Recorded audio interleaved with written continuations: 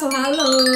Jadi hari ini Madam mau membahas tentang culture shock atau kejutan budaya atau yang kalau kita tuh aneh gitu kalau negara lain. Jadi kalau Madam culture shocknya lebih ke orang-orangnya dengan sikapnya begitu ya. Jadi ini tentang pertemanan sama dengan family, keluarga.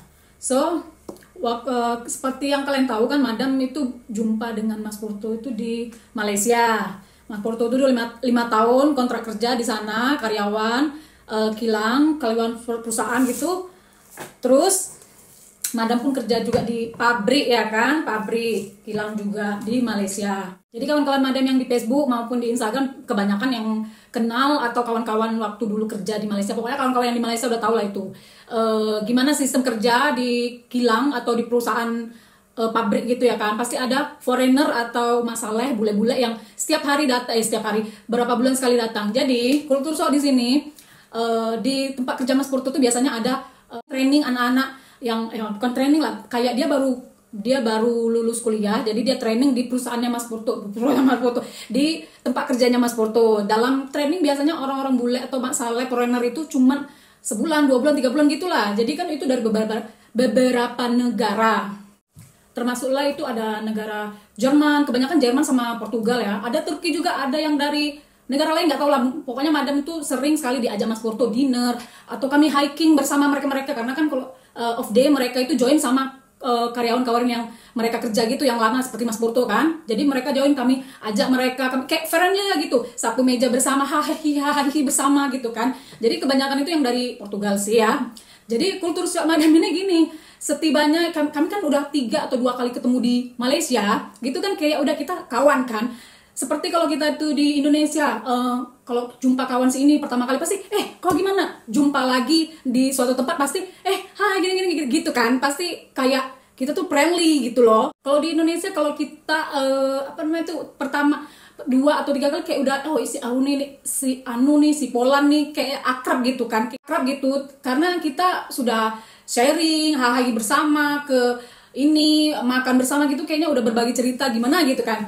Jadi kawan-kawan anak-anak training yang sudah balik lagi ke sini gitu, jumpalah Madam di suatu swalayan yang biasa Madam pergi. Jadi Madam tuh ingat orang, nggak ingat nama gitu kan. Jadi ini kan si Anu, Madam bilang sama si Mas Porto. Mas Porto pun jenisnya mungkin memang begitulah untuk negara-negara Eropa atau negara lain atau negara luar lah ya. Jadi Mas Porto pun cuek aja. Jadi rupanya si Polan ini melihat kami lah. Jadi dia cuman gini tuh. Udah datar banget, cuek banget. Coba kalau kita kan aura Madam itu wonderful, Indonesianya itu aura Madam udah smile-nya sampai sini. Lagi begini. Dan dianya cuman gini. Kayak what gitu. Tapi kalau misalnya kita sesama Indonesia, kayak Madam sesama orang Indonesia yang di sini, kalau jumpa sekali aja kayak udah akrab, yang 7 tahun 10 tahun yang kok kayak mana Mbak, gini-gini Mbak, kau Kak, gini-gini, Nona, bercanda-bercanda ala kita gitu, kayak udah akraban sekali 2 kali aja ketemu. Kalau gitu guys, itu kultur shock yang Madam alami di sini. Kayaknya kebanyakan negara-negara Eropa atau Amerika atau mana itu kayaknya orang-orangnya memang kayak begitu ya kan. Bener-bener cuek, mereka tuh cuman 1-2 bener-bener best friend atau gimana, itu baru kawan gitu menurut Madam, menurut mereka mungkin gitu ya kan. Kalau cuma sekali 2 kali ketemu mungkin nggak kayak kita, memang bener-bener wonderful, ramah tamah, friendly. Walaupun sekali jumpa lagi pasti udah kayak akrabnya gila-gila, bestie, saudara, nah gitu guys. Itu ada plus minusnya juga ya kan.